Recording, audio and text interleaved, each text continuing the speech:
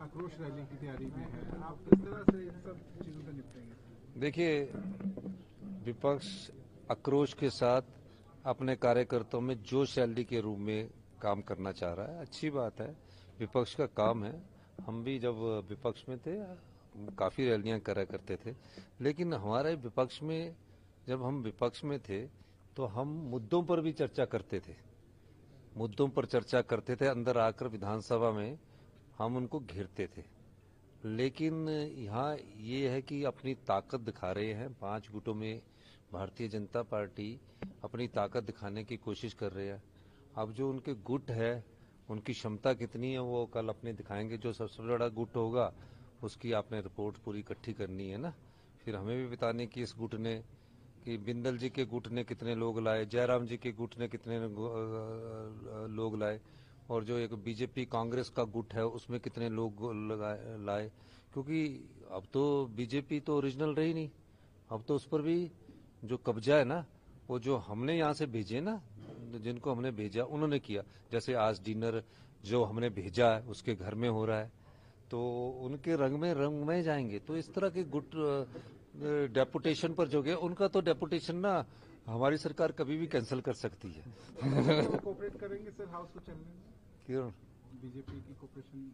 देखो, अगर BJP cooperate करेगी तो वो 4 की जगह इस सदन को और भी बढ़ाया जा सकता है। अगर बीजेपी कोऑपरेट ही नहीं करेगी तो जनता के पैसा फूकने के लिए तो विधानसभा नहीं होनी चाहिए ना। अपने जनता से जुड़े मुद्दे उठाएं, लोगों की समस्याएं उठाएं, नारेबाजी भी करें, लेकिन नारेबाजी करने के बाद वो बैठ तो जाए। जब भी कभी भारतीय जनता पार्टी का एक नया ट्रेंड शुरू किया, पहले अपनी बात रखेंगे, अपनी बात रखने के बाद फिर नारे लगाने चले जाएंगे, नारे लगाने के बाद फिर बैल में आ जाएंगे, फिर कागज फाड़ देंगे, फिर कागज फेंक देंगे। ऐसा पहले हिमाचल प्रदेश की विधानसभा में कभी नहीं हुआ था, ये पहली बार हुआ। हम उनसे कहते हैं आप अपनी बात भी रखो, नारे भी रहो, लेकिन सदन के अंदर जरूर रहो। जब हमारा मंत्री जवाब देने के लिए उठते हैं तो पतली गली से खिसकने की सोचते कि नीचे वॉकआउट कर दो। तो ये हालत बीजेपी की हो चुकी है। आप रेडी हैं इन सारी सिचुएशंस को डील करने के लिए? हमने तो सभी सिचुएशन को डील किया और आगे भी करेंगे।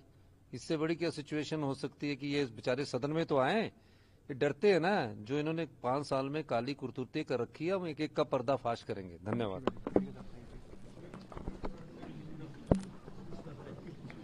संजय भाई, जय हिंद। ठीक है।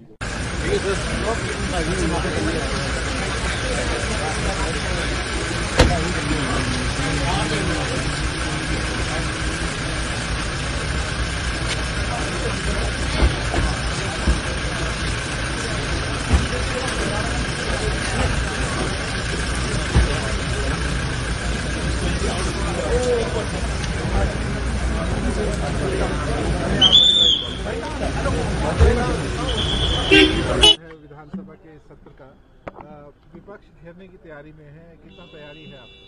नहीं, देखिए, जो प्रेजेंट ऑपोजिशन है ये विधानसभा को फेस नहीं कर सकती, और इसलिए जो है विधानसभा के अंदर इनका 2 साल का रिकॉर्ड आप देखें, इन्होंने ना तो कंस्ट्रक्टिव ऑपोजिशन की है, ना इन्होंने जो है प्रदेश हित का कोई मसला अंदर उठाया है।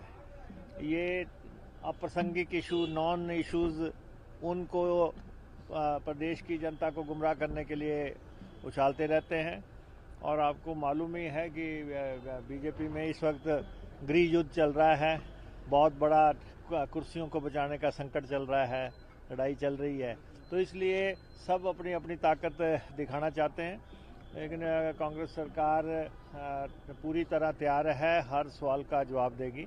हम चाहते हैं कि विधानसभा के भीतर आएं, अपनी बात रखें और उस बात का जवाब लें। कुछ बहुत ही कैजुअल मुद्दे थे, जैसे वो मुर्गे वाला हो या समोसे वाला, आपको लगता है इन चीज़ों से बैकफुट पर रहेंगे थोड़ा? नहीं, किस बात से रहेंगे।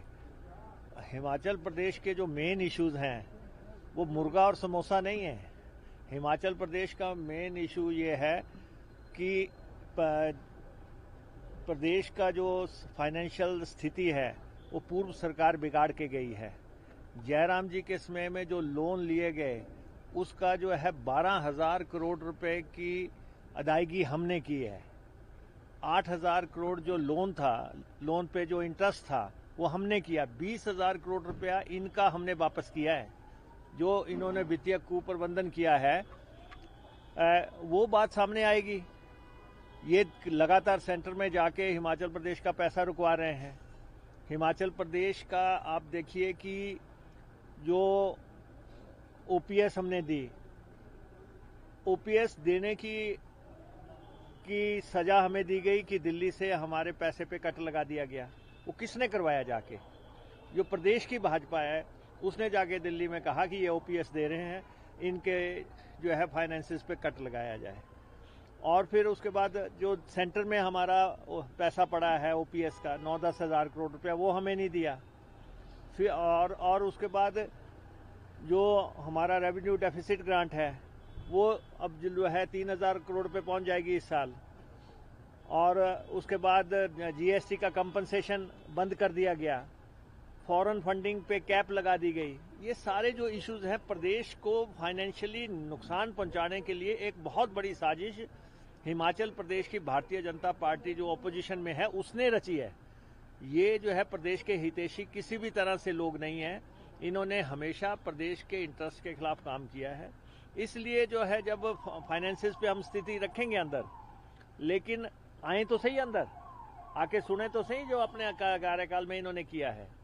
अभी कहते हैं कि रैली हुई उस पर 25 करोड़ रुपए खर्च दिए। रैलियों पे पैसे इनके समय में खर्चे जाते थे। 20 करोड़ रुपया तो इन्होंने ट्रांसपोर्ट का देना है जो इनके समय में रैलियां हुई, और ये पैसा दे के नहीं गए। हमने तो जो है ना तो वहां पे कोई टेंट का खर्चा था, ना वहां पे खाने का कोई खर्चा था, ना कोई दूसरा खर्चा था। जो भी बसेस का खर्चा होगा वो पैसा जो है समय रहते जो है प्रदेश सरकार ट्रांसपोर्ट एचआरटीसी को दे रही है। इसके अलावा तो कोई खर्चा नहीं था, तो कहां से 25 करोड़ रुपए आ गया? तो अपनी मर्जी से जो है कोई आंकड़ा इजाद कर लेना, ये इनकी आदत है। लेकिन हम ना तो इनसे घबराते हैं, ना हम इनसे डरते हैं। आलोचना से घबरा के नहीं सरकारें चलती। सरकारें चलती है दृढ़ इच्छा शक्ति से, और वो हम करेंगे। और पहले भी हमने 6 सीटें जीती, 9 में से 6 जीती, 40 के 40 हम हैं। सरकार इन्होंने ऑपरेशन लोटस लाया, उसमें असफल हुए। उसके बाद इन्होंने सीपीएस हटाने के लिए सुप्रीम कोर्ट तक लड़ाई लड़ी, लेकिन आज भी हम 40 हैं। तो इसलिए प्रदेश की सरकार स्थिर है, मजबूत है, और उसको कोई किसी ढंग का थ्रेट नहीं है। हाँ, इसमें नॉन इश्यूज को उठाया जा रहा है, प्रदेश के रियल मुद्दों को पीछे धकेला जा रहा है। जो मेन इश्यूज हैं, कोई फाइनेंसिस का इशू है, कोई नौकरियों का इशू है। ये कहते हैं नौकरियां नहीं दी।